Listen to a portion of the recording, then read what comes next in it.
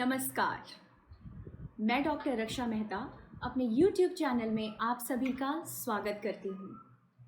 अभी तक मैंने जितनी भी हिंदी संबंधी वीडियोस बनाई वो मुख्य रूप से 5वीं से 10वीं कक्षा के छात्र छात्राओं के लिए उपयोगी थी, लेकिन मुझे लोगों की रिक्वेस्ट आई कि प्रतियोगी परीक्षाओं के लिए भी मैं वीडियोस बनाऊं। तो आज की मेरी वीडियो हिंदी की प्रतियोगी परीक्षा यानी कि कॉम्पिटिटिव एग्ज़ाम पर आधारित है। जो भी बच्चे सरकारी नौकरियों के लिए आवेदन पत्र भरते हैं, सरकारी नौकरी पाना चाहते हैं, तो हिंदी एक अनिवार्य विषय के रूप में चुनते हैं, जहाँ पर जो एक कंपलसरी सब्जेक्ट होता है हिंदी, आज मैं उससे संबंधित एक विषय लेकर आई हूँ जो आपके लिए बहुत ही उपयोगी और लाभप्रद सिद्ध होगा। आज की मेरी वीडियो आधारित है घोष तथा अघोष ध्वनियों पर और अल्प प्राण तथा महाप्राण ध्वनियों पर। पहले हम संकल्पना यानी कि कॉन्सेप्ट को अच्छी तरह समझ लेंगे, सुन लेंगे, क्योंकि बच्चे ज़्यादातर क्या करते हैं कि जब वो अल्प प्राण और महाप्राण पढ़ते हैं, घोष और अघोष ध्वनियाँ पढ़ते हैं, तो आपस में खिचड़ी पका देते हैं। घोष को अघोष में, अघोष का महाप्राण में, महाप्राण को अल्प प्राण में, और इधर उधर जो है मिला देते हैं और मिक्स कर देते हैं। और एग्ज़ाम में यानी कि परीक्षा में जब वे लिखने बैठते हैं तो फिर उन्हें परेशानी होती है समझने में कि वास्तव में यह वर्ण घोष है या अघोष है, अल्प प्राण है या महाप्राण है। तो पहले संकल्पना यानी कि कॉन्सेप्ट को समझना बहुत ज़रूरी है, बहुत आवश्यक है। तो सर्वप्रथम मैं चर्चा करूंगी अघोष तथा घोष ध्वनियों पर।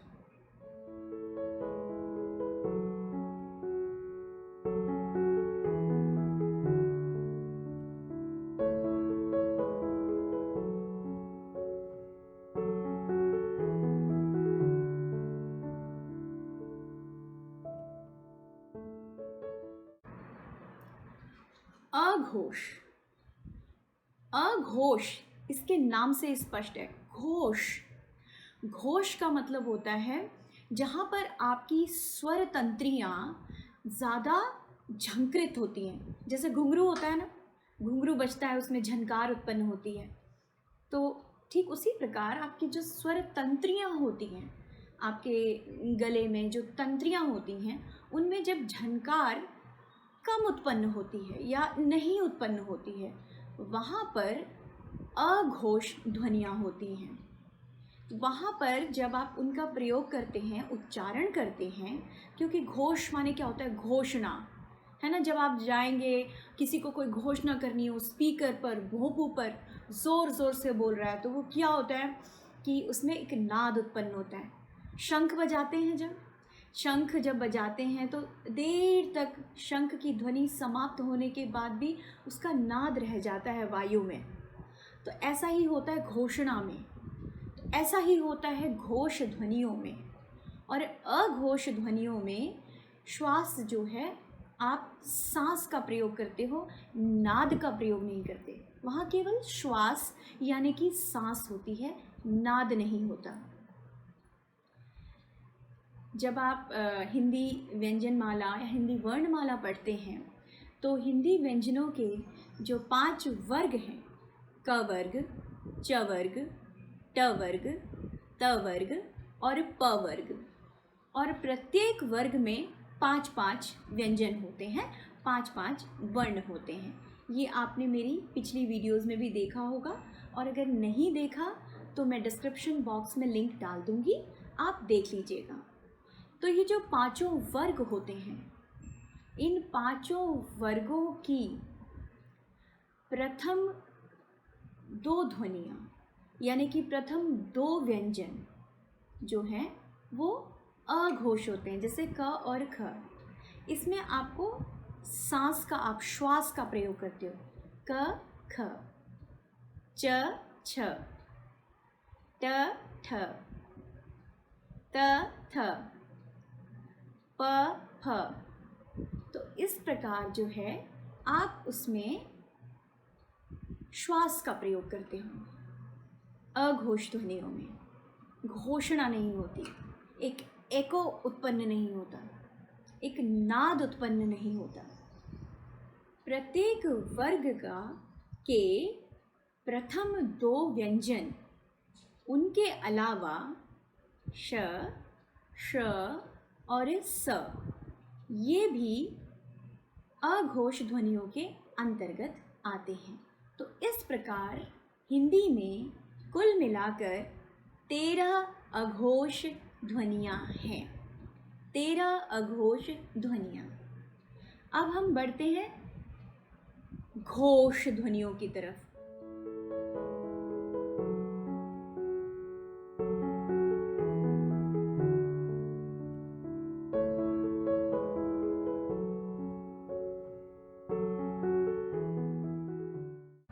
इनको घोष भी कहा जाता है और सघोष भी कहा जाता है। इनका जब हम उच्चारण करते हैं तो स्वर तंत्रियों में ज़्यादा झनकार उत्पन्न होती है, ज़्यादा कंपन उत्पन्न होता है, ज़्यादा इसमें ज़्यादा बल लगता है, एक नाद रहता है, नाद का प्रयोग किया जाता है।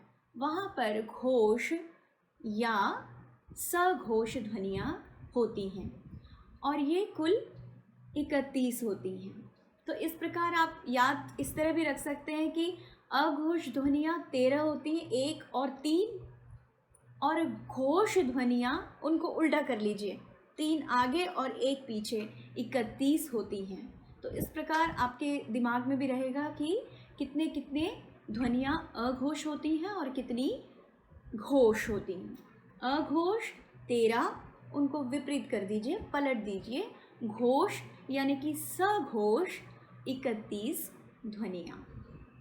तो दोबारा जो हमने वर्ग पढ़े, क वर्ग, च वर्ग, ट वर्ग, त वर्ग तथा प वर्ग, इनके प्रथम 2 व्यंजन अघोष होते हैं, हमने पढ़ा, और अंतिम 3 व्यंजन जो हैं वे सघोष होते हैं। उनमें नाद उत्पन्न होता है, उनमें स्वर तंत्रियों में ज़्यादा झंकार उत्पन्न होती है, जैसे ग, घ, ङ,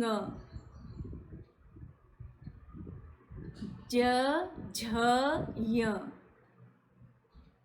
ड, ढ, ण, द, ध, न, ब, भ, म। तो प्रत्येक वर्ग के अंतिम 3 व्यंजन घोष होते हैं। इनके अलावा सारे स्वर भी घोष होते हैं। अ, आ, इ, उ, ऋ, ए, ओ,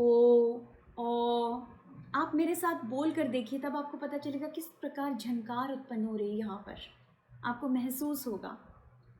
और इनके अतिरिक्त य, र, ल, व तथा ह, ये सारी ध्वनियाँ घोष हैं।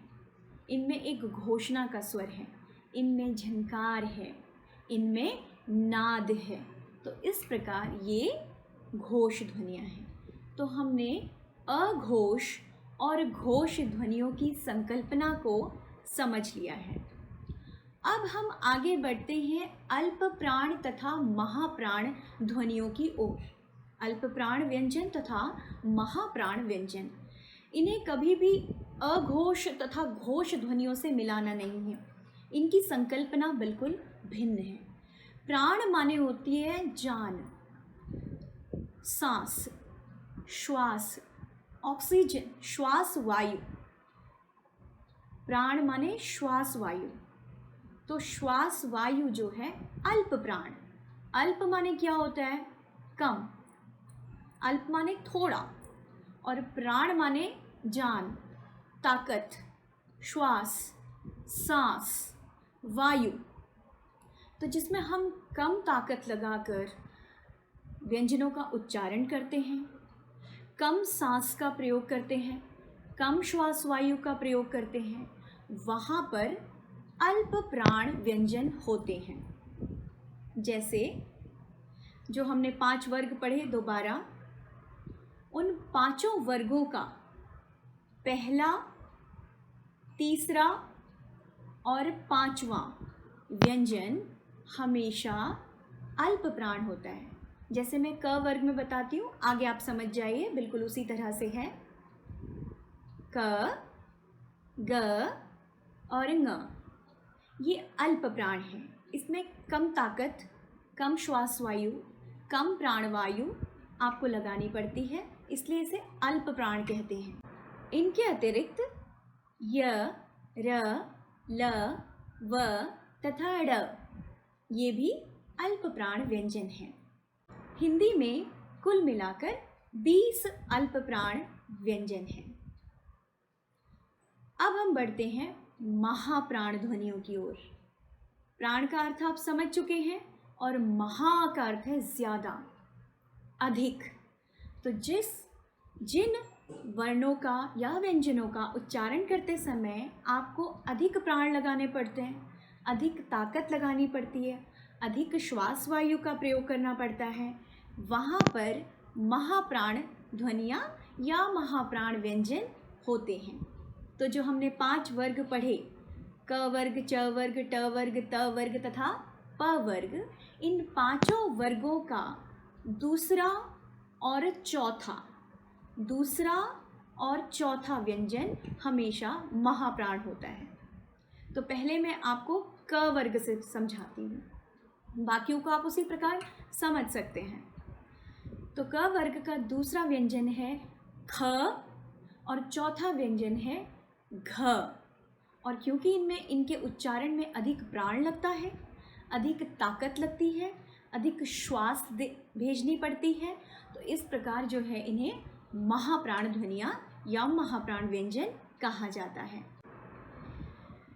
इनके अतिरिक्त श, श, स, श जिसे हम तालव्य श भी कहते हैं, श जिसे हम मूर्धन्य श भी कहते हैं, और स जिसे हम दंत्य स भी कहते हैं, ह और ढ़ ये भी महाप्राण ध्वनियों के अंतर्गत आते हैं। महाप्राण ध्वनियों की कुल संख्या है 15।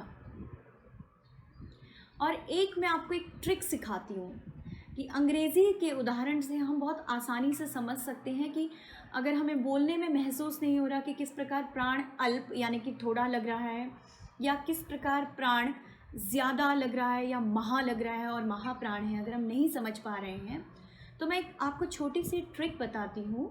आप अंग्रेज़ी के माध्यम से बहुत आसानी से इसे सीख सकते हैं। देखिए, जब आप बोलते हैं क, तो अंग्रेज़ी में क के लिए आप लिखेंगे के, क की ध्वनि निकलती है के से, आप लिखेंगे के। और जब आपको लिखना है ख, तो अंग्रेज़ी में ख लिखने के लिए आप के आगे क्या लगा देंगे? एच लगा देंगे। के आगे आप एच लगा देंगे।